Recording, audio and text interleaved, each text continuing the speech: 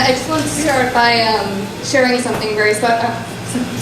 But a year ago today, a friend of mine passed away, and I think it's amazing that it's today on the day of the slam. And 2 days after, I lit a candle and I wrote a poem about him as a sort of acknowledgement of who he was and how much he meant to me, and also a way of finding a way to deal with the grief that I was experiencing. I shared that poem once before here, and I'd love to share it again today. Thank you.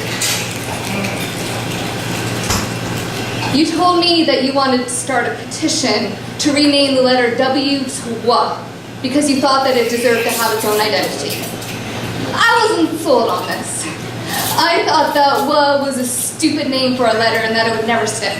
We were sitting on a bench by the water when you told me this. I'd been 20 minutes late. I thought I'd bike instead of bus, save myself $2, and I had drastically mistaken how long it was going to take me to get there. When I got there and put out my phone, I saw the time. I swore. Fuck. My hands were cold and the screen on the phone was being glitchy, so it wouldn't let me write the message. I'm so sorry. Are you still here? Which ended up being okay because you were. You came up behind me, scared the shit out of me. You didn't leave, I said. And with that incredulous, somewhat mocking look of yours, you said, of course not. I told you that W was a stupid name for a letter and would never catch on. It's too soft of a sound. You said, what about O?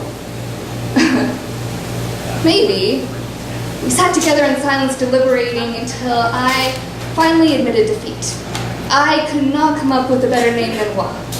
Until today, while sharing the story with my roommates, I suddenly said we. And Nate, I've done some research and I think you'll agree, check it out.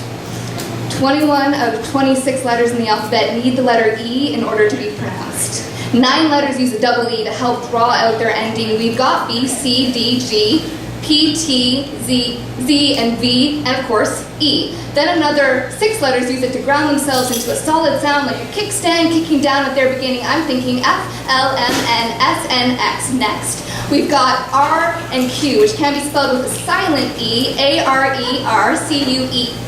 Q. I'm not trying to win a spelling bee, B-E-E, just trying to make a point. Next, we got A, K, and J. We might say those letters could also use a Y, but consider this.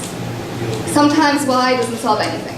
So I'm just going to call those words the outliers and erase them. Your name, N-A-T-E, is the perfect word to prove this part of my argument. The letter A without an E added would just be pronounced a sound that has a lot of the same properties as W may have been your argument, the one I didn't agree with. I forget, and now you're dead. So I guess that means I can't ask. H was a tricky one. My first instinct is to spell it A-C-H-E, which could also be pronounced ache, which incidentally is what my heart is doing right now. Besides the W, that leaves O, I, Y, and U, the exceptions. 4 months ago, I needed help to move into my new house, and you volunteered. We left the boxes downstairs and walked up to my near empty bedroom. Sat against opposite sides, leaned against opposite walls. You asked me how I was feeling. Lost? But I'm not, am I? I'm still here. You're gone. Why? Sometimes W disappears too, like in the word wrong. You were wrong, and I'm starting a petition right now in the form of this poem to change the pronunciation of W to we, as in I am so glad that we were friends. Thank you so much.